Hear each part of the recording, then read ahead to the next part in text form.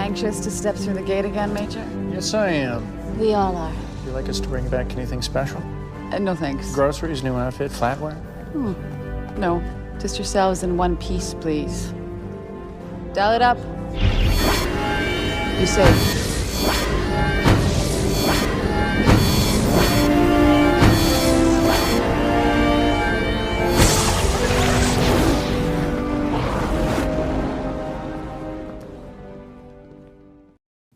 Welcome to the Jumping Puddles podcast. Be sure to listen to us on Spotify, Apple Podcasts, and or YouTube. And follow us at Jumping Puddles Podcast on Tumblr, Instagram, and the Jumping Pud Pod on Twitter. I'm American Sam, and with me are my fellow co-hosts, Tor, Ash, and Australian Sam. Hey! Hi! Hello. So this week, we watched The Defiant One. Major John Sheppard, Rodney McKay, and two scientists investigate a downed Wraith ship, soon finding themselves stuck on a planet with a lone Wraith survivor. Dun, dun, dun, dun, dun, dun. Love that's become a thing now. This episode is going to be very interesting for me because I know that all of you really love this episode. Oh no! Do you not like it? Oh. No, I guess I just don't have a lot of strong feelings about it. Like, I enjoy it, but it's not one of my favorites. Ah, I see. Please don't kill me. That's perfectly acceptable. Yes. No slaughter necessary. Yeah. I was going to say, too, I definitely have some ideas on how to, I don't know, I feel like there's a better ep somewhere in this episode. So I kind of have some ideas to make it a little more balanced.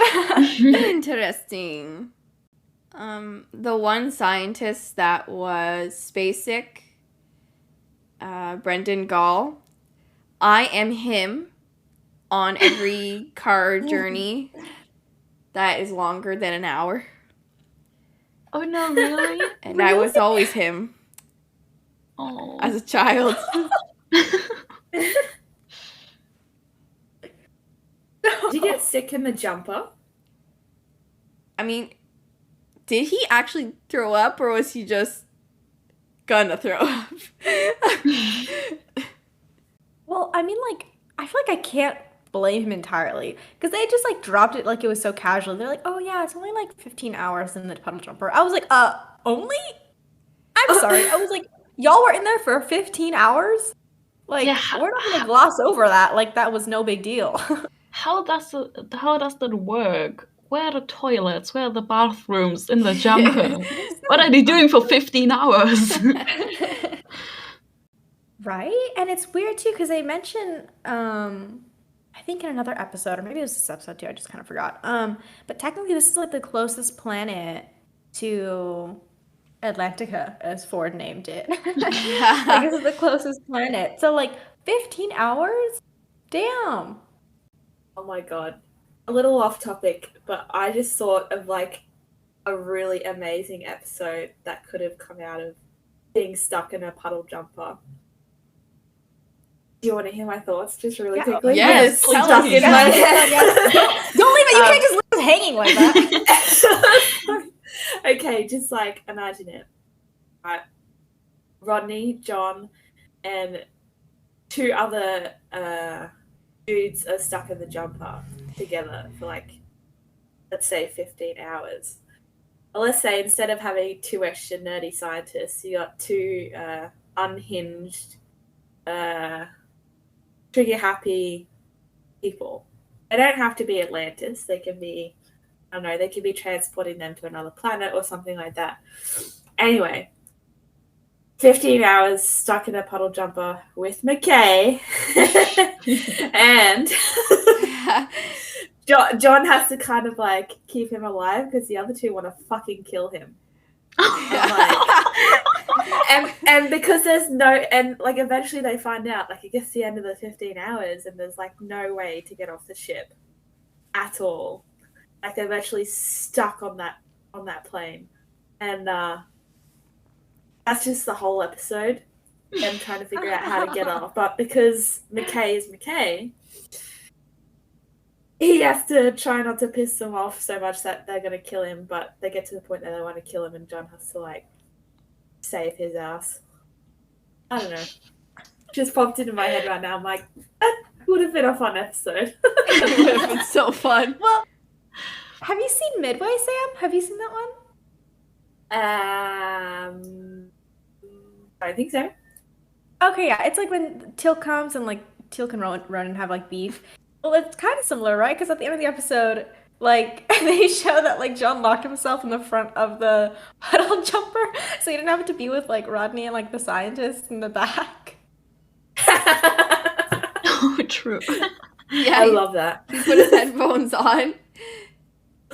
Yeah, instead of him protecting Rodney from other people, he's protecting Rodney from himself by locking him separately. I like it. I have to watch that one. Also, is this the episode where John's teaching Rodney how to fly? Yep. Yes. Oh man, that is iconic. It is so good, and I wish it was either a continuing gag in the rest of season 1, or we, like, had an episode that was just puddle jumper lessons, because it was amazing. That would have been so good if it was, like, a running gag, but, like, every time, like, John was trying to teach Rodney how to use the puddle jumper, like, something had to go wrong. Like, that's when the Wraith showed up and, like, tried to blow up Atlantis, and he was like, it's not my fault, I swear. Like, every time. No, I love it. It would have been so funny. Which is like them on the mainland, like far away from everyone else, but Rodney still manages to like hit a tree or some shit like that. Oh my god. But I was gonna say, no, the dialogue, the McShep dialogue and just banter in this episode is literally iconic. Like, so iconic. Like, I feel like some of these lines are, like, the most, like, often, like, quoted and, like, gifted and just, like, shows their dynamics so well. Oh, yeah, it's great. You have a little bit of everything in this episode. You have the bickering, you have the worry, you have the stress yelling, the quips. Yeah, it's great. The buddy talk at the end. Yeah, all of it's great. This is probably the first episode that made me, early Stargate Atlantis days, start to ship them. I'm pretty sure this was the one that was like, that's it. Going down with this ship. I can totally see why. I know, I was gonna say, I feel like everyone watching it would have been like, when it was airing, I feel like this was the episode that everyone was like, oh wait, hold up. I see it. Yeah. Mm-hmm, Absolutely.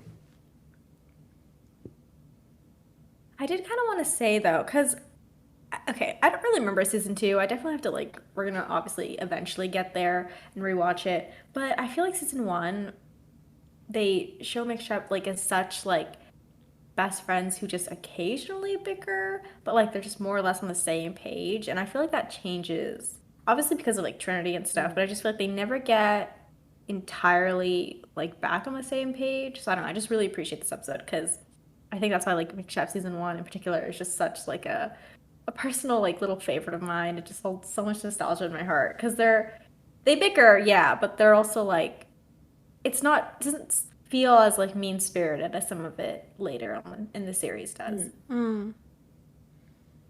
And it's so new, it's so fresh. It's like, oh, they're babies, you know? Yeah. And this episode has a lot of firsts for them, in terms of, like, recurring gags or, like, just recurring behavior in general. One of them being, the Rodney and Sheppard, how do I put this? This is, trying to convince Elizabeth to do something against her better judgment, or to say yes to something she knows she We know, probably guys. shouldn't. It's great when they're in the jumper and they really want to go down to the planet to check it out, and Weir's on the phone and she's like, I don't know, guys.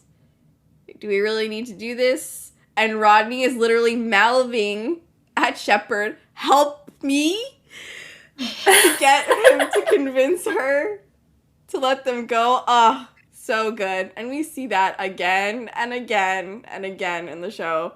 And it's so great. I never get tired of it. And because John is like wrapped around Rodney's little finger, of course, he's like, Rodney like bats his eyelashes and John's like, oh, I'll do anything for you. Okay. We're doing this. I was gonna say too, it's just so cute. Like she knows them so well already. Like they're literally giving her the puppy dog eyes through like a phone call. You could just feel like John and Rodney just doing the little eyes, looking up at her, like all sadly, like, please, can we explore a crashed alien ship, please?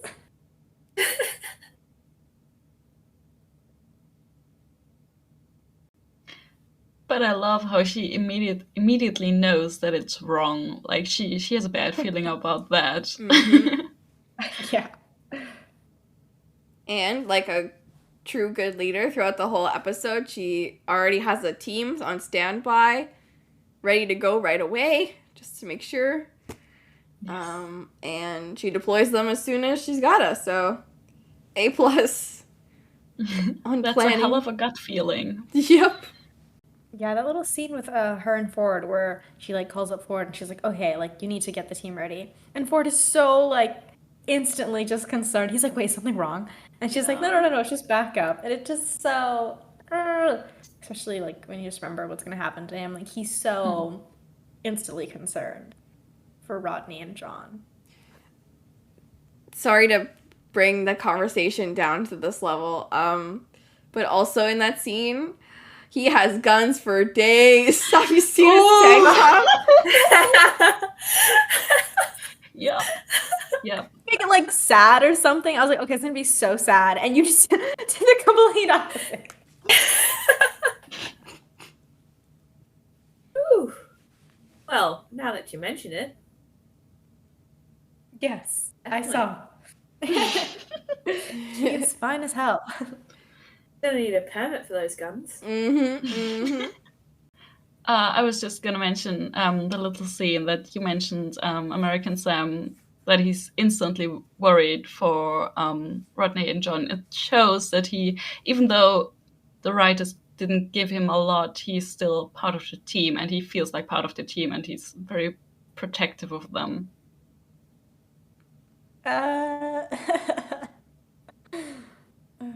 Yeah, that's so true. Mm-hmm. Sure, you were gonna say something. Sorry. No. Oh, No, go ahead. I was just gonna say, and then in the next scene with Ford and Taylor, when Elizabeth's actually deploying them to go after them on the planet, we get Taylor and Ford matching desert camo outfits, and then Taylor gets to show off her guns and her cute little yellow tank top. Oh, yeah. It's great. That was so cute. Do they ever, like, I feel like they never wear those again, though. They the desert don't, and camo. it's such a shame. Except for that planet, there are no deserts in the Pegasus galaxy. Nope. Just Canadian forest. Lots of Canadian forest. I was gonna say, don't know which one's worse, forest or sand. Sand with no beach. Sand. Okay, yeah, sand with no water. Yeah, you're right. Am I right, Sam? I hate sand. Ugh. Am I right? It's coarse and rough, and it's irritating, and it gets all over. Tor, you'll understand that reference in a few weeks. Oh. Okay. I'll Star Wars. I was like, what the fuck? We're making Tor watch the Star Wars movies right now, guys. Just for context. I'm 2 in. I've watched 2. I'm not Woo! there yet, but I'm learning slowly. That was an amazing joke. Australian Sam. Perfect timing. Thank you. Wink, wink. Okay, well, let's talk about the Wraith actually, because I was gonna say, did anyone know that this motherfucker had super speed in like the first 2 seconds? I was like, wait. I was like, was that one of their powers? Oh yeah. Well, I guess because later it's revealed that it's like the Uber Wraith or whatever. It's got more going on. Also, do we ever see Wraith cannibalism ever again after this episode or not? Wraith cannibalism. Don't think so. Yeah, no. I think it's just the Uber Wraith. He got some freaky shit going on. I don't know. I think they should have. I think they missed out on a bit. How do I say this? There's definitely a lot of potential to do different variations or species of Wraith. That would have been pretty cool. Like, instead of just having a regular Wraith, you have like a fucking superpower Wraith that's like hooked on 10 times the amount of juice. And it's a lot harder to kill. Kind of thing, like a video game zombie or something. Yeah. I don't know. I thought that would have been pretty cool. Yeah. And they could have like continued like the cannibalism theme. Like maybe in season 4 or something they find like a rare sect of wraiths who like fucking despise humans, so they just eat other wraiths. Like Yeah. for their power and stuff. Like that would have been so cool. And they just kill humans for fun. Yeah. Ooh, Yeah. yeah. I like They Ooh. need to feed on humans. That's just like they're just downright evil. Yeah. Yeah, that would That be would have cool. been scary. Yeah, and cool. It could have been like a lore thing too. Like maybe if a wraith feeds on another wraith, like it has more enhanced powers, or like it's more strong if they feed on each other or something. I don't know. Maybe Yeah. it gets more deranged too, like the Wendigo from Until Dawn. Yeah. Yes! Oh my god! Still waiting for Stargate Atlantis. Are you? Until dawn. Yeah. Just Rodney, John, Taylor, Ronan, stuck in a cabin. Get everyone. Let's get Elizabeth up in there. Let's get Carson, Zelenka. Oh yeah. Lauren. The whole crew. Caldwell can be the first to die. Oh yeah, Lauren and Ooh. Parrish, his boyfriend.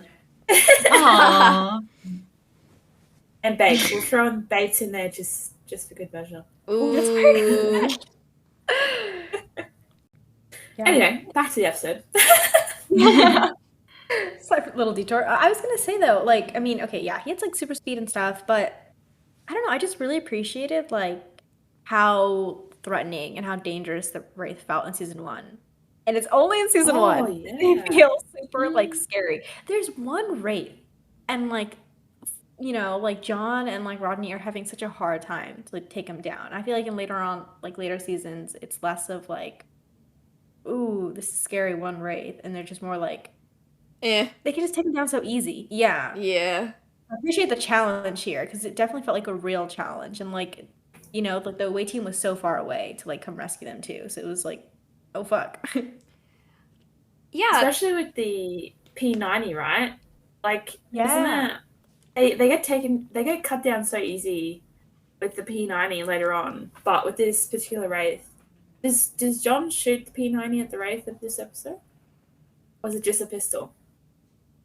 I think in the beginning he tries the P90 and then it breaks, or like he doesn't have enough ammo, so he can't use it anymore. And he mentions it on the radio to Rodney. I think he's like, oh, you know, usually P90 fire is enough, but like mine's out of commission and we're screwed basically. Oh, right. Bad timing. I think they justify his strength later with that he is just recently fed. So Yeah. of course, that doesn't explain his super speed at the beginning. But I do think that Wraith generally have or are stronger and faster than humans. That tracks. I believe that. Especially in that episode, they really emphasized how much they were fucked. Yeah. I, in particular, really like the scene where Sheppard is scavenging off of Abram's dead body and is giving Rodney another gun. And Aw. Rodney's like, I already have a gun. And he's like, well, now you have two. And it made me laugh because all I could picture in my head was Rodney, like, dual-wielding pistols at this Uber Wraith, which he doesn't end up doing, which is such a disappointment. But just, like, going full Resident Evil style on this Wraith would have been so funny. It would, especially now today I saw a photo of a Teal from SG1 holding two P90s. And I'm imagining him and next to him with the two P90s and next to him Rodney with the two, I don't know, with those little pistols. It's a very funny I love that. picture.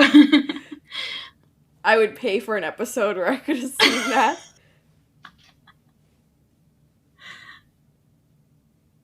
I feel like Rodney would have like mad respect for Teal'c. I don't recall, or I don't think I've seen an episode with them together or with any dialogue between the both of them. I just got the vibe that Rodney would be like totally, I don't know, mad respectful of Teal'c, like he is with Elizabeth. I don't know why. I mean, he's got a lot to make up for in terms of Teal'c. Oh yeah. Yeah, I could see him definitely cowering behind Teal'c and being like, this mountain of a man will save us all. No need to worry. Like all his arrogance drops when he realizes that Teal'c is his only way out. Yeah. Wait, does he actually say something to Teal'c in SG1 that puts him off, I'm or not is sure. Teal'c kind of like remembers what he said to Sam, so he's like, ugh, I don't like you, kind of. No, I don't think they ever interact that I remember. Right? Unless I'm Okay. crazy. But I don't think they don't ever meet. Right, because I'm trying to remember too, like, did they even talk when Teal came onto Atlantis? Quick second, I don't know if they did. I don't think so. Yeah, because they didn't even talk really in the Pegasus project, because Teal didn't get to go to Atlantis that time. Shame. Right. For shame. Yeah, speaking of SG1, I noticed that these glowy thingy space bugs that how John calls them are quite similar to a species that we meet in SG1, I think in the episode Prodigy. Yeah. And two things. Did the writers knew that what they were doing and were they putting those bugs there on purpose? And this is also a continuous thing that we see that John really, really hates bugs, and especially space bugs, because he mentions it. It's like his trauma from the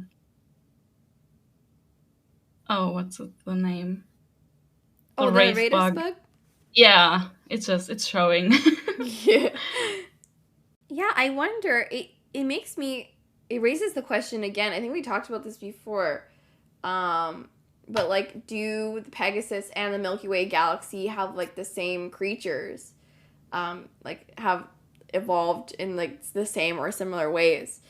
Kind of sad that we don't see these bugs again. Like I also wonder, you know, if the Wraith have any like conscious knowledge of them, or he was just annoyed that they were buzzing around him. But I also think that these bugs were another win for the Princess Shepherdina truthers out there. I was gonna say this thing! Because him communing with like the alien life form on the planet with his snackage, like a Disney princess singing to animals, was just peak John Sheppard. He is never beating the Disney princess agenda, unfortunately. He's just always going to be linked with that.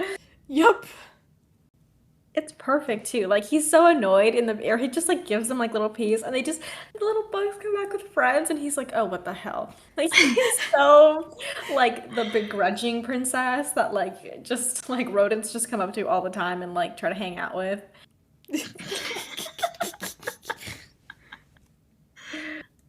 He's a baby girl. He is. And then we have Rodney swooping down and saving damsel in distress John at the end of the episode. Perfect. Perfect. And finale to the Princess John's storyline. Oh, Rodney was such a brave little cookie. He was.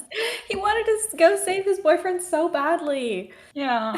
Gull was like, "You want to go? Like, go ahead." And Rodney was like, "No, I don't want to." Gull was like, "Okay, you're lying. Like, you need to." Rodney wanted to go so badly. Oh, I love that argument. I love the semantics of that argument. Because Rodney is, the way he says, "I want to because I should." And then Gull's like, "No, you shouldn't. It gets crazy to go out there. You shouldn't go out there." Like the fact that Rodney is trying to convince himself the reason he wants to go and help John is because it's the quote-unquote right thing to do. When we all know that the real reason is that he's in love with him. But also because he kind of likes the danger a little, I think. I think he finds it a little exciting as well. Ooh. Oh yeah. Despite 98% of his brain cells want to be like, that's a really terrible idea, and there's a lot of science behind the fact that you should not fucking go out there. But a bigger part of him's like, but John, heart shape.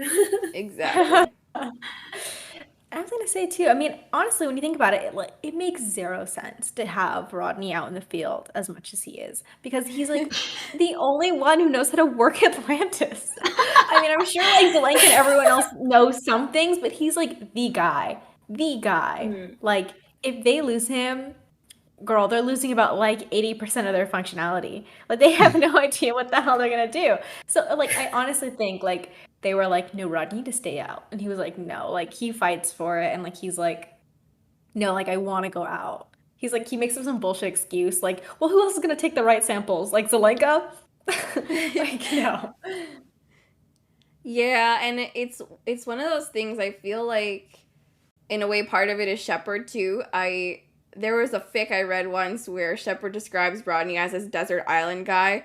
The idea that he wants Rodney there with him off world too because of his brain, so he can finagle solutions out of thin air like he usually does. Also when they're off world, not just when they're on Atlantis, but it does create a tension where like we're also putting him in jeopardy more so when he's off planet than when he's staying on Atlantis, and we need him on Atlantis. So yeah, I like that tension between the two needs and wants in terms of Rodney's ability. It's great. Yeah, just adding on to that, and rewinding just a tad on the episode. One of the things that really dragged me in was when John was kind of like prepping Rodney to like, he gave him the pistols and stuff like that. He's like, "All right, this is the plan." And then he's like, "Stay behind me. Let's go." I was like, fuck, he said like 2 words and I'm like, that's it. Like he's so prepared to like give Rodney a pistol and allow him to defend himself and stuff. But he's like, "Even so, just still stay behind me, please." I don't know. It was really small, but I'm like, yeah. No, yeah, I totally agree. And the scene right after that where they start yelling at each other and then get into that argument, I love it because it bolsters that idea. Like,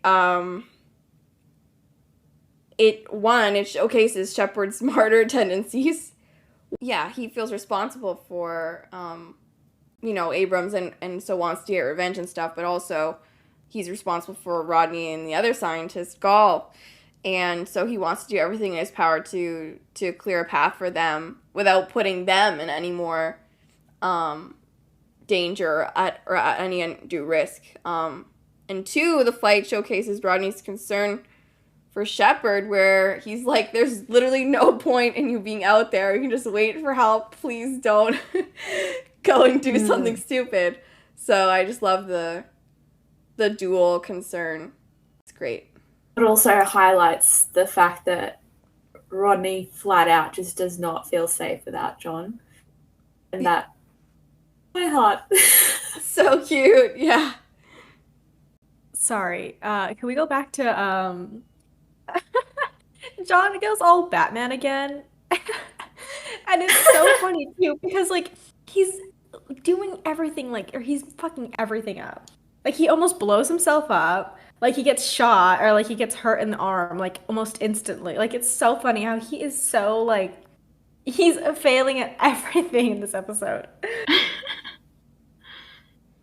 Oh yeah, and it's so great. I love the communication over the radio between John and Rodney through this whole episode.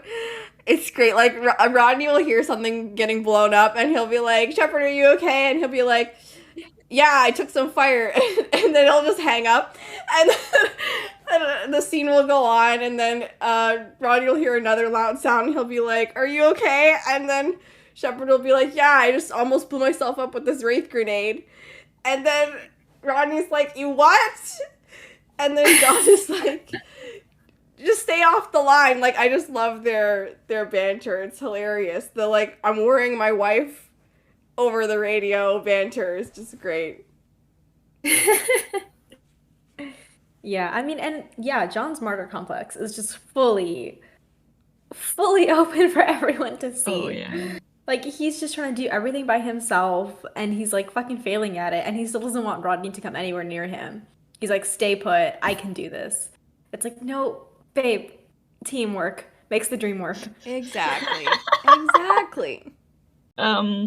Speaking of John failing all the time, when he runs against a shield, I don't know. It's I actually rewinded and watched it again because I don't know. It's so funny to me when he runs towards the jumper and then he just slams against the shield and just lies there for a few seconds, and it's like, yeah, I feel that. This brings us back to the fact that John's cringe fail swag endears us to him so greatly. Because if he was like the everyman hero and he was John McClaning it up against this Uber Wraith, like, ugh, I would just sigh and be like, disgusting. But all the mistakes that he's making just makes him so endearing. Yeah, I mean, it really is Han Solo and Jim Kirk core. Like, he's a variant of all those people. Yeah, and this is the first episode we hear Rodney referring to John as Kirk. And it's not in reference to him being a womanizer, but instead about him being eerily attached to the jumper. That is so sweet, though. Yeah, and I love how John was like, "Well, he's in my ship." Like that perfectly qualifies him going on like a suicide mission. He's like, he's on my ship, bro. And it's like, oh my god, you are such a car dude. He is. Oh yeah. I did want to bring up Rodney's, because Rodney has like obviously he's like worrying for John for half of it, but the other half when he's like with Gall as Gall is dying, I don't know, I'm kind of like torn. I'm pretty torn on whether or not I like how quickly that sort of speech happened, like when Gall was like, "You've changed." I don't know. I like it. I do. I love it. But I low-key like wish they had done more of like a season-long arc. But I also understand that like with the work they had to put into Rodney like super quickly to change him from SG-1 Rodney into like Atlantis Rodney. It had to be so quick and it had to be so fast. So I get that. But I'm just kind of sad because I feel like it would have been so fun to see him like grow over a longer period, especially because some of these episodes have been more like, they were stuck in the jumper for an episode, or they were like on Atlantis for an episode. Like, I feel like this is such like one of the big first few times that like, he goes out on the planet in season 1. So I do kind of wish it was stretched out a little more, I think. But I don't know. What do you guys think?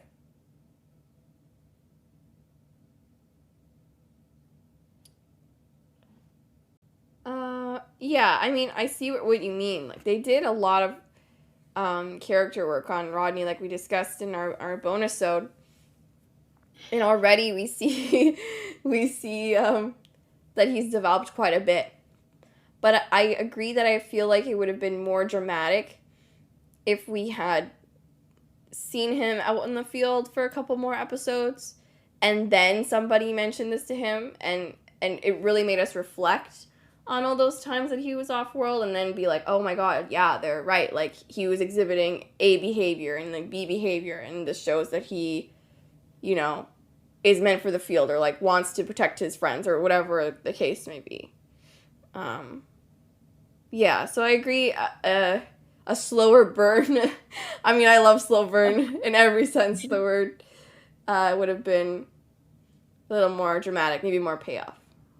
But I do love the line. Yeah. Oh yeah, no, a great line, and it's a great moment too because it's like one of his scientists, Like, I'm not saying we obviously don't know how close they were, if they were even friends, but it's just still like just sucks for Rodney to watch like a scientist, someone on his team, someone in his department who works under him, and he's like, this is like his first, I feel like, big field work death. I just can say it like that. Yeah. And it's a suicide nonetheless. Yeah, Which yeah, is and worse in a way. yeah. Beginning to end, it's just so hard, and you can see in the way he's like comforting him and like trying to do his bedside speech, and it's just like not working. Yeah, I love that you mentioned that, because that was something that was super endearing. Rodney McKay is not the bedside manner type. He's no Florence Nightingale. And to have him being kind of thrust into that role in this episode and trying really hard to be kind and wanting to be kind and being gentle but firm when, speaking with Gaul when he's in that condition, when he's stressed out himself, like, I was shocked at how well he was handling the situation. I just think it was great. It was a great moment. Yeah, and I think it's almost interesting. I'm not sure.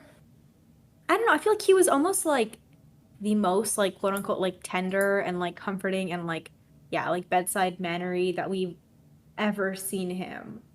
Because I think we can compare it to maybe like Towel Rodney, obviously, but like even in other instances, like I feel like he gets more like awkward. But I feel like in this episode, he stepped up in a way that I was like, oh shit, like he stepped up in a major way. I'm just not sure if they ever quite matched besides Towel Rodney.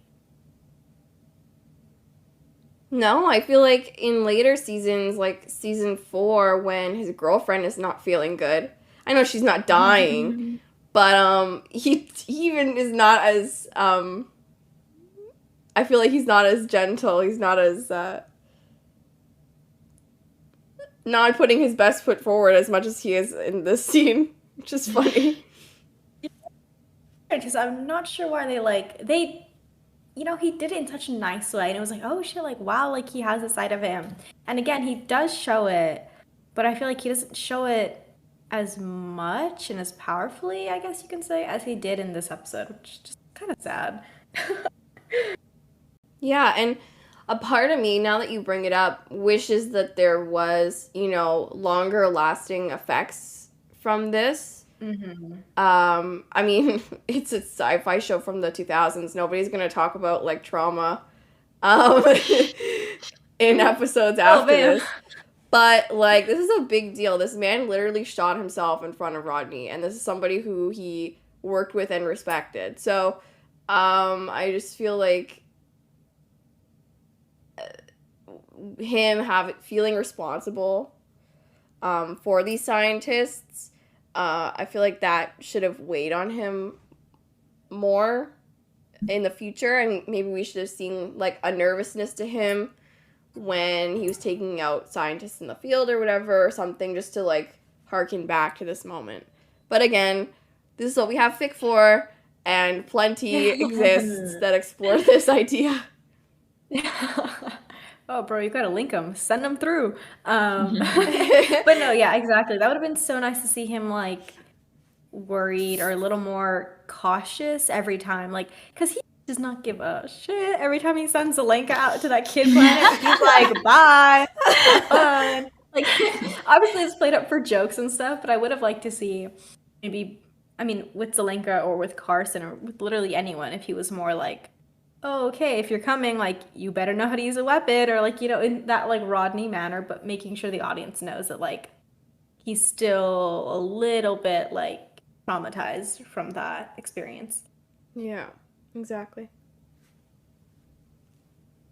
I mean, if freaking John is fucking terrified of bugs for that one time, and you're telling me that, you know, despite someone being murdered in front of him, Rodney just like shakes it off. It's bullshit. Okay. Atlantis, You got a becoming point there, therapy. Bessie. You got a point there. Yep. Australian Sam's got their ass. She sees you, She writers. Yeah, she said, not on my watch. You know, and that kind of translates to, I wrote down, I was like, I'm not sure how I feel about like the ending scene. Okay. You know, like I think it's cute, like seeing like John and Rodney like walk off all like, haha, yeah, we're good, we're fine. But I don't know, I would have liked to see like a scene after maybe of, I don't know, like Taylor and Ford being like, hey, we came to rescue you, like where's everyone else? And Rodney just being like, they didn't make it, or you know, something just to end it on a more somber note. I don't know, and like show that like Taylor and Ford actually came for a reason. Like they just were there and they're like, okay, like they just never show them on the planet or anything. Oh yeah, when you said that, I just had a thought. As much as I do love the we're manly men and you know we are having feelings, but they're very closely held to our chest, and you know I'm glad you're alive, bro. Cool. I liked that moment because it's very much their relationship. I sort of wish that we had like a post scene, maybe even in another episode later on, where Sheppard, you know, has a beer with Rodney and he has a conversation with him about what happened on the planet. Because I feel like Sheppard is uniquely equipped for that sort of situation. Like, as someone who's been in the service, he knows what it's like to be responsible for people and feel responsible for other people under your command and to lose those people. And so I feel like they now have that something in common. And this is something that he would want to help ease Rodney into and support him and those feelings in a very John Sheppard way. But still talk about it nonetheless, and I'm so mad that we didn't get something like that. But again, fic exists, it's there. So there's that. Yeah, that would have been so nice to see like them bonding on that level in season 1 and showing like John has, you know, yeah, he's equipped for that. And he cares for Rodney and he wants to help Rodney through that. And then even if not John, I was gonna say, girl, where's Heitmeyer? Yep. She's just playing like The Sims on her laptop. Like she has nothing to do. Like, girl, she has so much work. Bestie, go help everyone, please. They need you. I love that you guys said that, because I automatically thought we were deprived of another Miller's Crossing scene, but like the end part of it, where Rodney's like, "Oh, I can't believe you did that," you know, like, but same temperament, obviously different Yes. context, but like we deserve something like that at the end of that episode. But like instead of, you know, John being the quiet, short response one, it being Rodney, Oh, and yeah. and John being like, "Come on, you know, just exactly what you guys said," but in that kind of scene, but like roles reversed, where Rodney's like the one that's barely talking, and that would nicely like roll into Miller's Crossing later on, where Rodney's like, "Hey, remember when you sat me down? Now it's time for you to talk, Buster." Oh, I love it. I love these two emotionally constipated clams. That was beautiful, Australian Sam. Oh my god. Thank you. We were robbed. We were robbed. Just let us write the new Stargate series, Yeah. please. No, I think we need to start a campaign. It's put jumping puddles in the writing room. Okay. That's Oh the my God, hashtag. can you- That's what we're gonna put everywhere. Can you imagine? Fucking hell. Oh, But Sam, would that would be absolutely kill it. that would Sorry, what mean were you saying? 4 women. That would mean 4 women in the writers' room. Oh, too Ooh, many. it's too One many. too many, isn't it? 4 too many.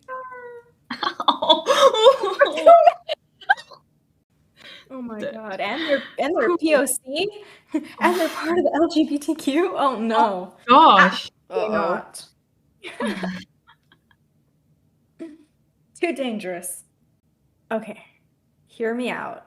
I know we've been like gushing about this episode for so long, but let me just throw in my 2 cents on how I think this episode could have been better. Lay it on us. Ooh, spill the tea. Ooh, here's the thing. I want to keep this a mixed-up episode, but because especially at the beginning is so fun. You know, they have so many iconic moments, but I just feel like, I don't know, like this is supposed to be an ensemble show, and already from like the first like what 13, 12 episodes, they've shown us that it really isn't. It's mainly a mixed-up show, which is fine. You know, I love it. We all love mixed-up, you know, but okay, here's my idea. Here's my little pitch on how this could have been rewritten as a team episode, but still keeping some of that mixed-up moments. Okay, so the 2 scientists are there with them, but also Taylor and Ford are also in the jumper. Still have the whole like funny scene at the beginning, them flying, and you know everyone wants to go down to explore the crashed alien ship. I think things start to change when they go in, and I would make this an episode with a John and Ford to build up their relationship, and I would also make it Taylor and Rodney to build up their relationship. And I was playing around with a few ideas, and I was thinking, okay, so the main reason why they wrote out Ford was because they felt like he was too military. They felt like he couldn't be super impulsive. So I think in this episode, we would make him impulsive. I think he watches like Abrams, you know, die, and I think this is like also his like first, you know, major death we can say. And so I think he flips out and he's like all gung-ho and he's like, let's go get the damn Wraith, and he just takes off. And so I think John would go with him. They would have their whole fighting the Wraith thing, and like John would like have to keep pulling Ford back, being like, okay, no, stop doing this, like you're going too hard. And eventually have some sort of scene where John's like, what the hell's wrong with you? Like, what's the matter with you? Like, why are you acting this way? And Ford kind of just like blurts out like that guy just died in front of us. Why aren't you more like, why aren't you the one? Like, you're the leader. Aren't you supposed to be the one who's like going after and trying to get revenge? And John has to be like, okay, well, fuck. He's never experienced this before. You know, as a seasoned major, I have to explain it, whatever. So they have their whole thing. Then I think it'd be really cool to see Taylor and Rodney, and like Taylor help Rodney through this. Like I would have Rodney maybe be a little more nervous in the beginning and like panicky, and he's like, I don't know how to do this, like I don't know how to comfort people. And Taylor's like, here, let me show you, or like, you can do it, just like breathe and just like, you know, oh, you can do this together. Anyways, then, you know, John calls up, he's like, don't come. And then yeah, I would have Taylor with Rodney, And I would have Rodney be a little more nervous in the beginning and like just really freaking out and like panicking and being like, I don't know how to do this. I don't know how to be like, you're the one who's calm. You can handle this. And Taylor kind of has to pull him back and be like, no, like, he doesn't want the comfort from me. He wants it from you as his superior and like his friend or whatever. And so Taylor's like, kind of helps him through it. And then in the end, you know, they still have maybe like Taylor leaves Rodney there, or she just like turns a quarter and she's like, let me go check on John. And so they still have that moment, Gaul and Rodney with each other.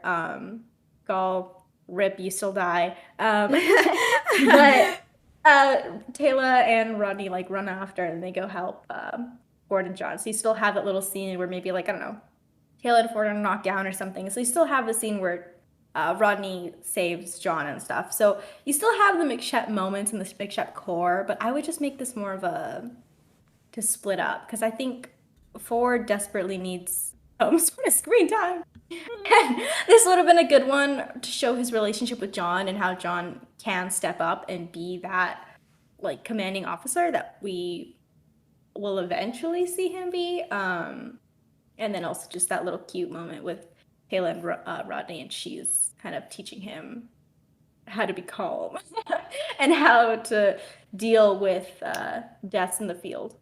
Yeah, I'm all for more Taylor and Rodney moments. 100%. Yes. Yes. Oh my fucking god. That was incredible.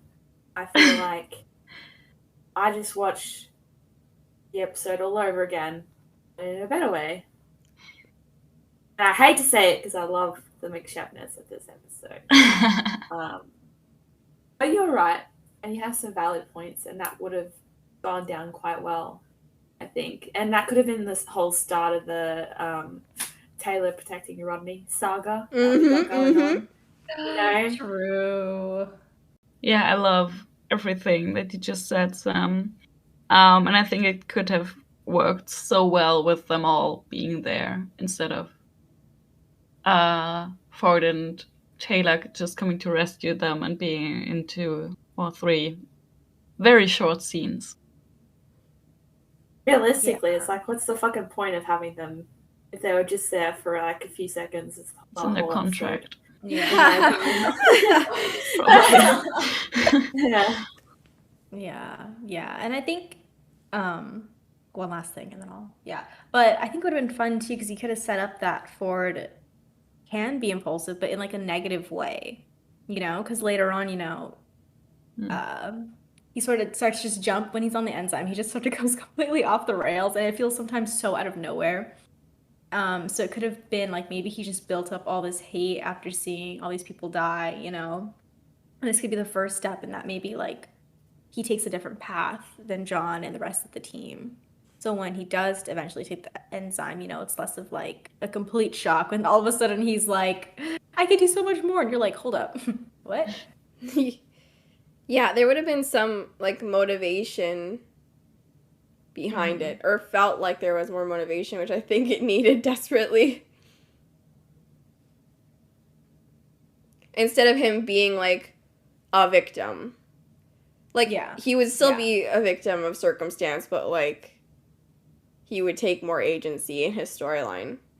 And I think he'd be more sympathetic too. I feel like a lot of people, I mean, me included sometimes, it's just so random, like his 180 into like just like complete like being an asshole and being a villain, quote unquote villain. It just feels so weird. And you're like, what the fuck? Like, did we even know you? But I feel like if they had just kind of set it, I mean, obviously they didn't realize that like they were gonna write him out, I think, this early on. Or maybe they did, I don't know. But if they did, it just would have been nice to see like, have him have some sort of motivation and some sort of reason to maybe take that course of action instead of taking the path that the Atlantis people took. Agreed. Yep. We talked about it a little bit earlier, but I wanted to mention the jumper again, in that I liked the subtle, I don't know if they did it on purpose, but I liked the subtleness of it in the beginning where the jumper was doing things without Sheppard actually telling it to.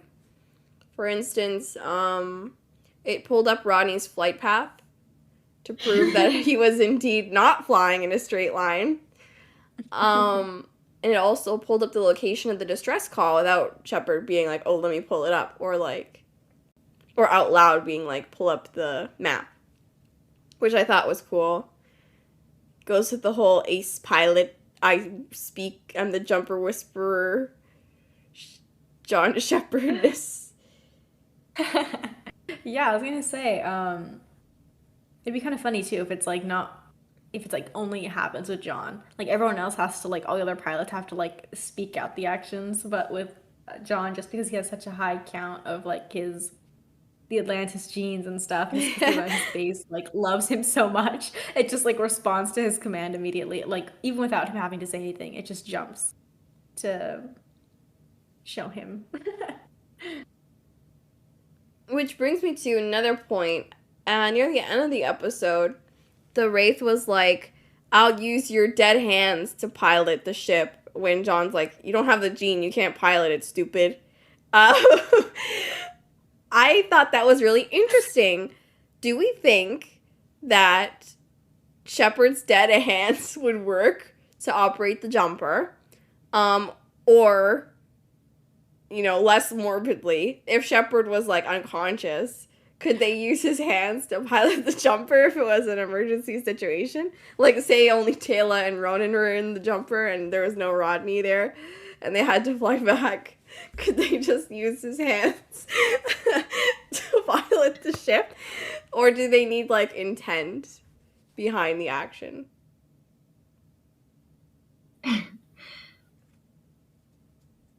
That's an interesting question. Instinctively, I would say he would have to be alive or conscious. Because I think that he's kind of mind controlling the jumper. But, well, yeah, basically I think he would have to be alive or conscious to control, or, yeah. I don't think you could just sit him in a chair and use his hands around the controls, because I think the gene and the mind both go together. But I don't have any, I don't know if that's true. That's just my headcanon.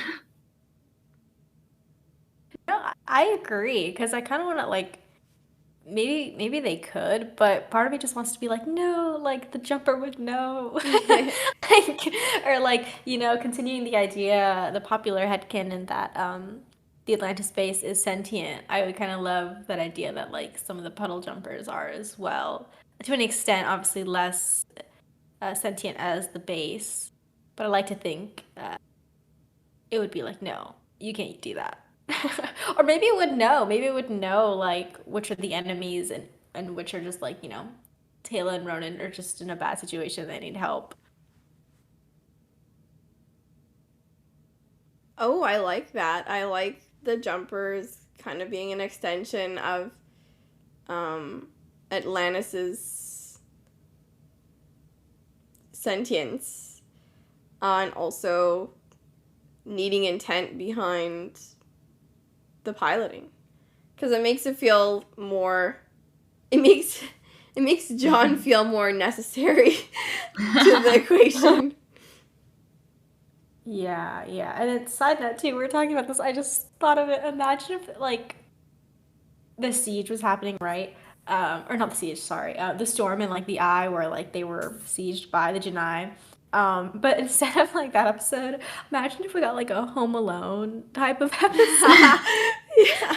Oh my But it's God. like John and like the Atlantis base working together to like make traps and like just lock the Janai behind doors and like just do crazy shit together. Oh my God. The Christmas best. special episode we missed. Oh my God, yeah! Oh man. Oh my God, yeah. And we have a scene at the end of like everyone like just exchanging gifts and like dressed in cute funky sweaters. Ugh. Oh. And wearing Christmas hats and doing those bonbon things where they pull them apart. Oh God. Just So manifest campy, through but other with them. shows. Should I? Sorry, you were saying, Sam? Go ahead. Oh, I just manifest what could have been through other TV shows. I was thinking of Bones when you said that. The Christmas sweaters and the Christmas episodes Aw. and things like that. Aww. Why did we never get Christmas in Stargate? Or at least, like, them celebrating Halloween? Like, I'll take anything, please. I would have loved that. That's even better. You know, the Atlantis space would have just gone insane for Halloween. Like, they would go Yep. all out. I know all those little freaks are Halloween stands. Hell yes. To the point where something goes a little too far. And then Elizabeth it has to, turns like... into the Halloween episode. Hey, sorry. No, I was gonna say Elizabeth has to, like, ban certain items after one. Yeah. And the list grows. Yeah. Rodney's like the candy fiend and he's hoarding all the chocolate under his bed in his quarters. Person definitely fainted after, like, Ronan jumped out.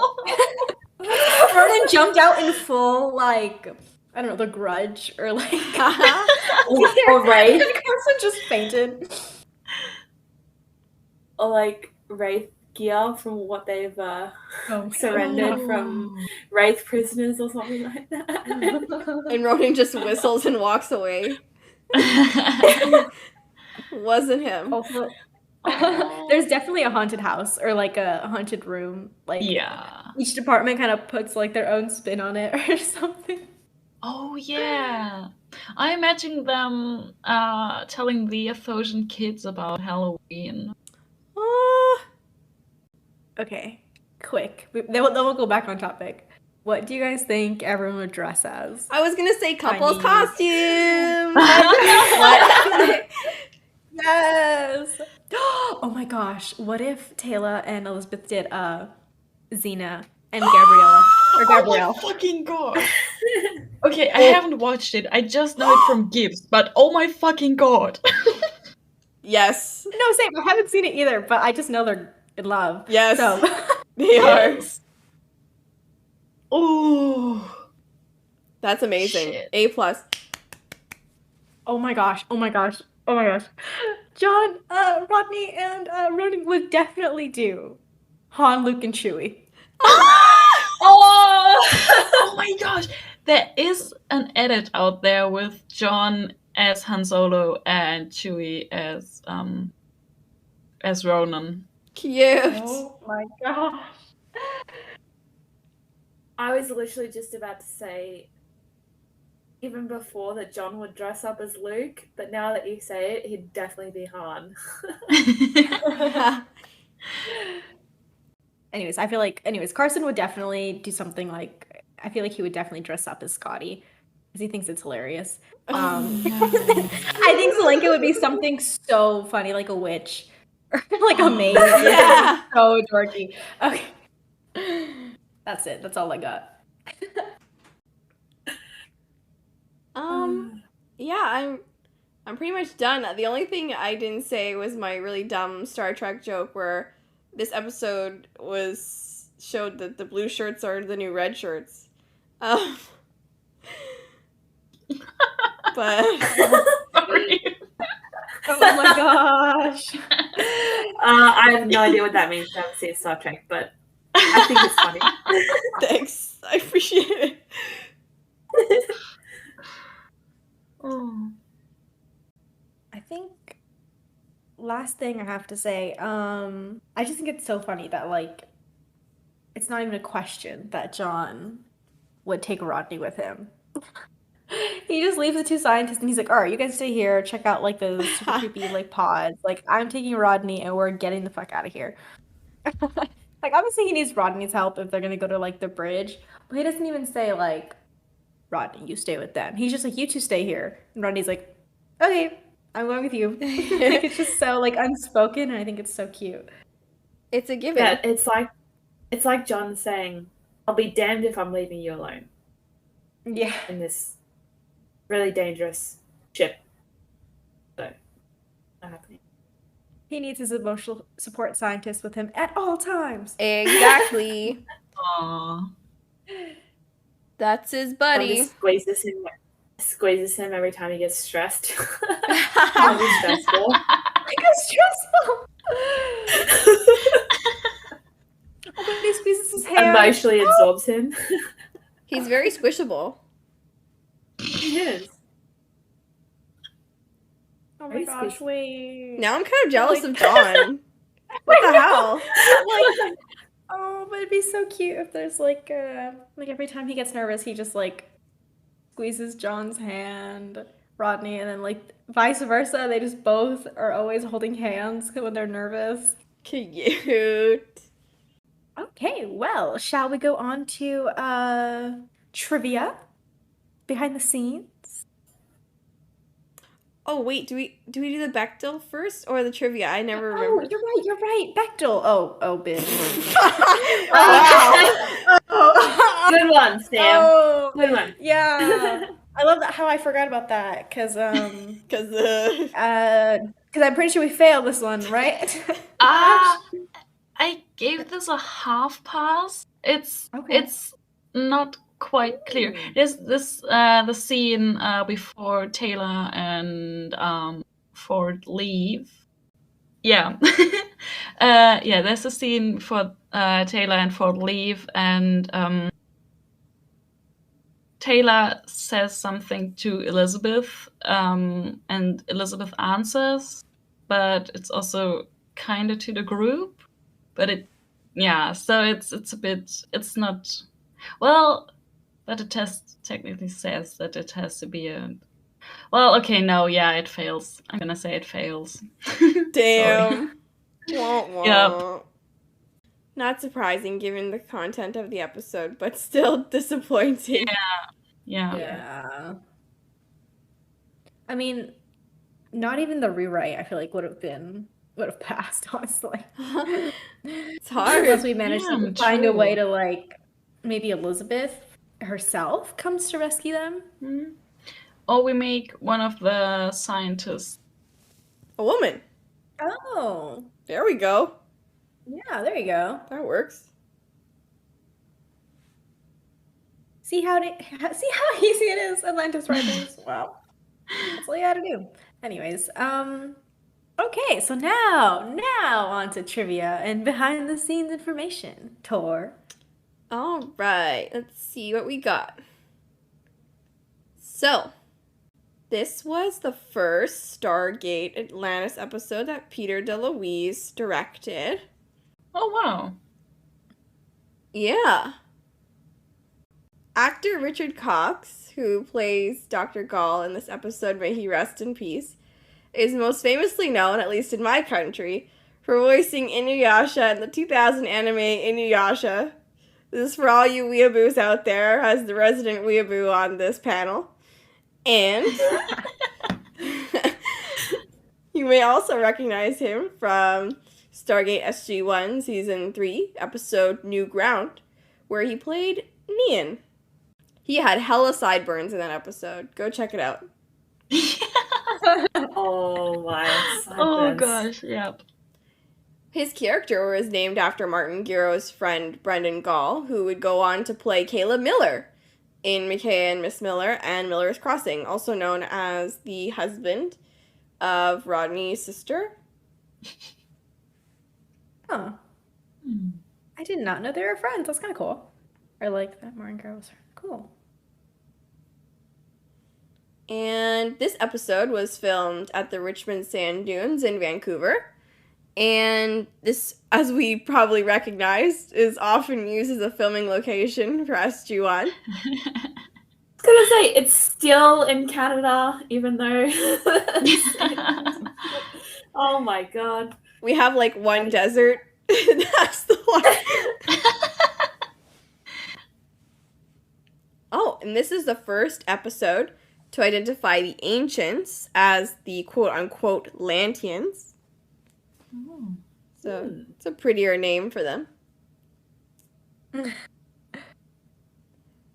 And for you Star Trek fans out there, as the Hi. team is leaving the jumper After landing on the planet, Sheppard says, "All right, let's remember where we parked," just before activating the jumper's cloak.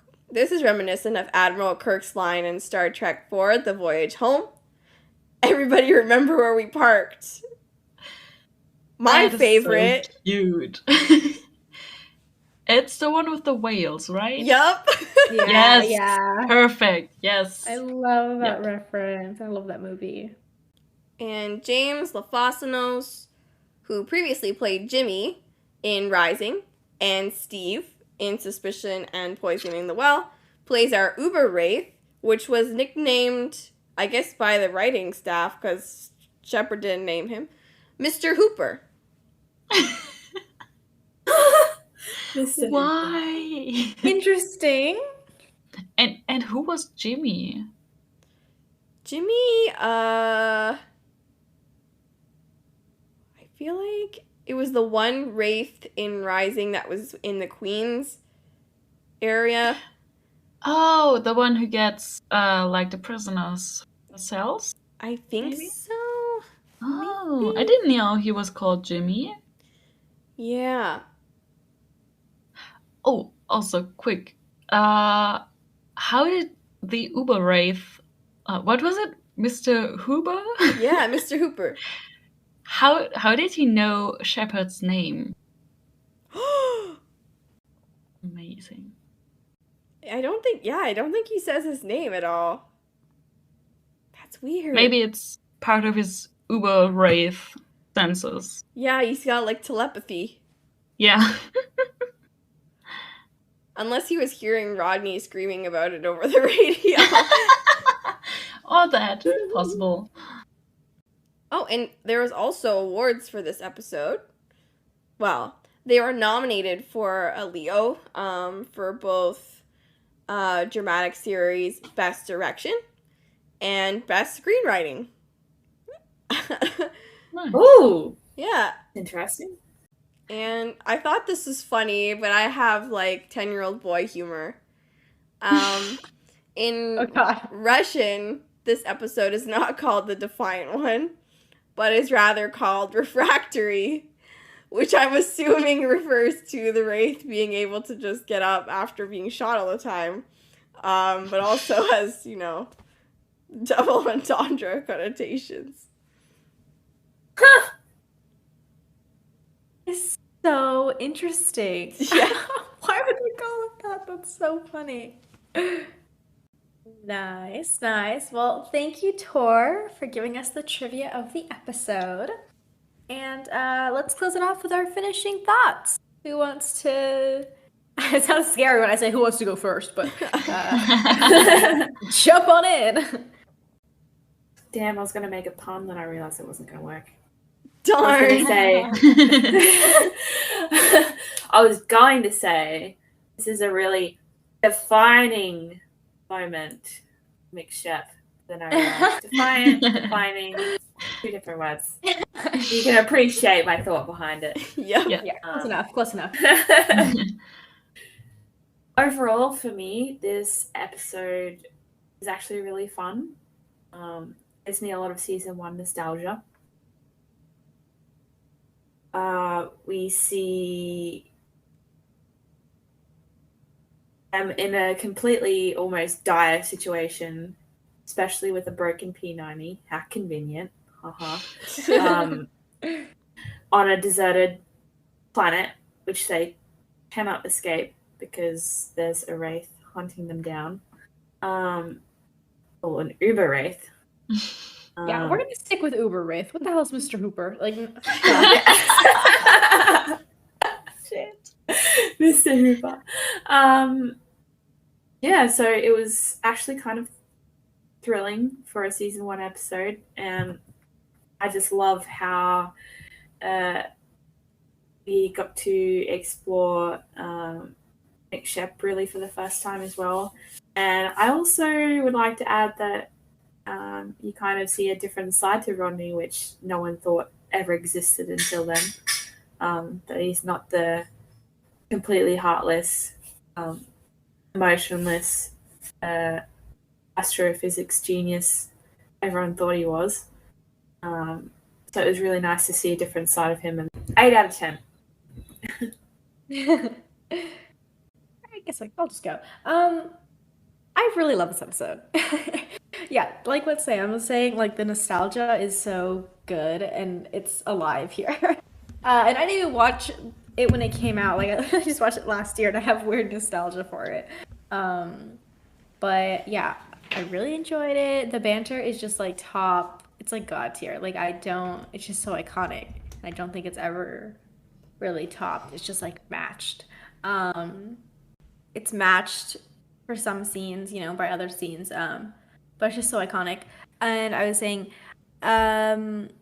however, since we've been watching this show with a more critical eye, we've been tuning in and kind of like dissecting it, I think it's honestly like just unacceptable that Taylor and Ford weren't really in this episode that much, because I feel like this episode is kind of similar to Underground in the sense where like Mix-Up have the A plot and they just go wandering around and doing their, Mix-Up things, which I love. Again, I'm such a Mix-Up stan, please. But I just feel like it's just kind of, unacceptable that there's like 2 episodes in a row in season 1. Not in a row, but like that are very similar in the sense that like 2 of the other members of the team get written out. Especially when this is labeled as an quote-unquote ensemble show. Well, let's be honest, it really isn't. Especially in later seasons and stuff. But yeah, so I think I'd also give it like a 7.5, 7 out of 10.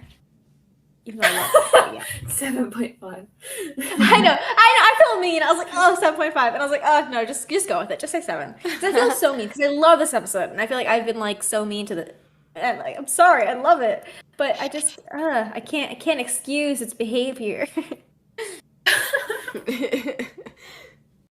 Okay, I go real quick. I enjoyed the episode. I think spending time with you guys made me definitely appreciate Mix-Up a lot more. So appreciate them in this episode a lot, and I agree totally with what has been said, and especially with what Australian Sam said with about what we see with Rodney in this episode. And I really like seeing the side of him, and it's sad that it wasn't explored more. What do you rate the episode, Ash, out of 10? Probably 7 of 10. Yeah, I mean, as always, my co-hosts put it so well. I love this episode. I think it's the perfect balance of bantery dialogue and action and John's cringe fail swag. And I really love how it solidifies one of the core relationships in the show between John and Rodney. We have a lot of firsts for them in it, and also them individually as characters. We get to see a little bit of John's martyrdom and his trying to be John McClane, and we get to see Rodney caring for his pals and wanting to go out in the field and be part of the team. And I can never get enough of that. So, love this episode. The Mick Sheppard in me has to rate it 8 out of 10. I gotta agree with Sam. And Those are our thoughts for the Defiant One. Tune in 2 weeks for Hot Zone, which honestly I literally cannot tell you what this episode is about. I have no memories of it. Oh, it's spicy. Oof. Ooh, Yeah, it's is. spicy? Mm-hmm. It's when John fucks up. Oh yeah. Okay, yeah, that one's gonna be really fun. He forgets to drink his respect women juice. Oh god, I can't wait for that. He better take that shit. Yeah, thanks for tuning in. Tune in 2 weeks for the Hot Zone. And be sure to check out all of our social media, Tumblr, Instagram, Twitter for Jumpy Puddles. And you can also check out our personals that are all linked in the description box below. Bye. Bye. Bye. I ran out of things to say. All right, you clowns, listen up. I don't often get a chance to say this, so savor it. Good work, boys and girls. Let's go home.